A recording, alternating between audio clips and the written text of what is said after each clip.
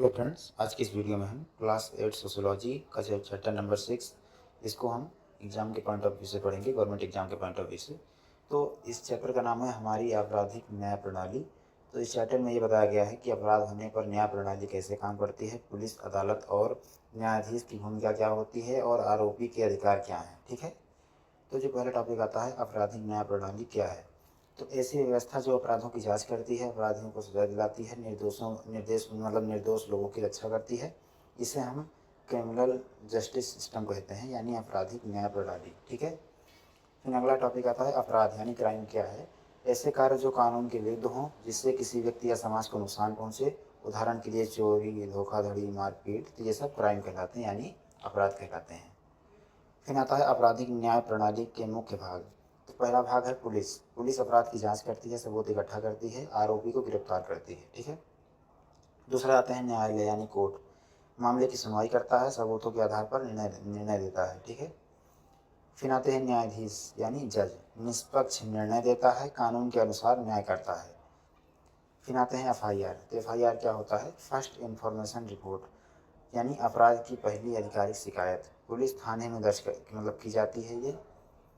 इसके बाद गिरफ्तारी। गिरफ्तारी क्या होती है? पुलिस कानून के अनुसार आरोपी को गिरफ्तार कर सकती है, लेकिन आरोपी के कुछ अधिकार भी होते हैं। कौन से होते हैं? गिरफ्तारी के कारण जानने के अधिकार, वकील से सहायता लेने का अधिकार, 24 घंटे के अंदर मजिस्ट्रेट के सामने पेश किया जाना। ठीक है। फिर आते हैं आरोपी के अधिकार। भारतीय संविधान के अनुसार जो है, हर व्यक्ति को निष्पक्ष सुनवाई का अधिकार है। जब तक अपराध सिद्ध न हो, व्यक्ति दोषी नहीं माना जाता। आरोपी को अपनी बात रखने का अवसर मिलता है। ठीक है।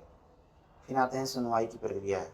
तो सुनवाई की प्रक्रिया कैसी होती है? पुलिस जांच करती है, अदालत में मामला चलता है, गवाह और सबूत प्रस्तुत किए जाते हैं, फिर न्यायाधीश जो है निर्णय देता है। उसके बाद आते हैं सार्वजनिक अभियोजन। सरकार की ओर से अदालत में मामला प्रस्तुत करता है। ठीक है।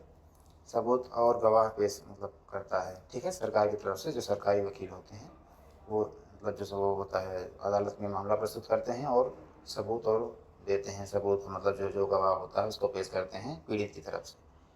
फिर आते हैं निष्पक्ष न्याय का महत्व। तो किसी दोषी को सज़ा नहीं मिलनी चाहिए, अपराधी को कानून के अनुसार दंड मिलना चाहिए, सभी के साथ समान व्यवहार होना चाहिए। ठीक है। फिर आते हैं न्याय प्रणाली का महत्व। तो कानून और व्यवस्था बनाए रखते हैं, लोगों के अधिकारों की रक्षा करती है, समाज में न्याय जो है स्थापित करती है। ठीक है। अगला आता है इस चैप्टर से इम्पोर्टेंट पॉइंट, जो मेन पॉइंट हैं, जैसे कि आपराधिक न्याय प्रणाली अपराधों से संबंधित मामलों को संभालती है।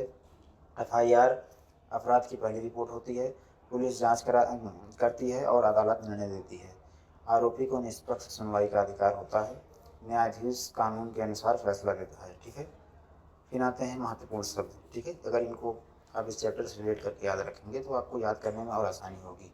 जैसे एफआईआर हो गया, गिरफ्तारी हो गया, न्यायालय हो गया, न्यायाधीश हो गया, सार्वजनिक अभियोजक हो गया। ठीक है।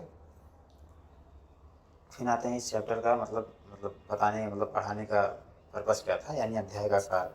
जैसे अपराध होने पर पुलिस जांच करती है, अदालत सबूतों के आधार पर फैसला देती है, आरोपी को भी कानूनी अधिकार प्राप्त होते हैं। ठीक है। आरोपी को भी कानूनी अधिकार प्राप्त होते हैं। न्याय प्रणाली का उद्देश्य न्याय और कानून की रक्षा करना है। ठीक है। तो आशा करता हूँ आपको चैप्टर अच्छा लगा होगा। अच्छा लगा हो तो वीडियो को लाइक करें, चैनल को सब्सक्राइब करें। ठीक है। धन्यवाद।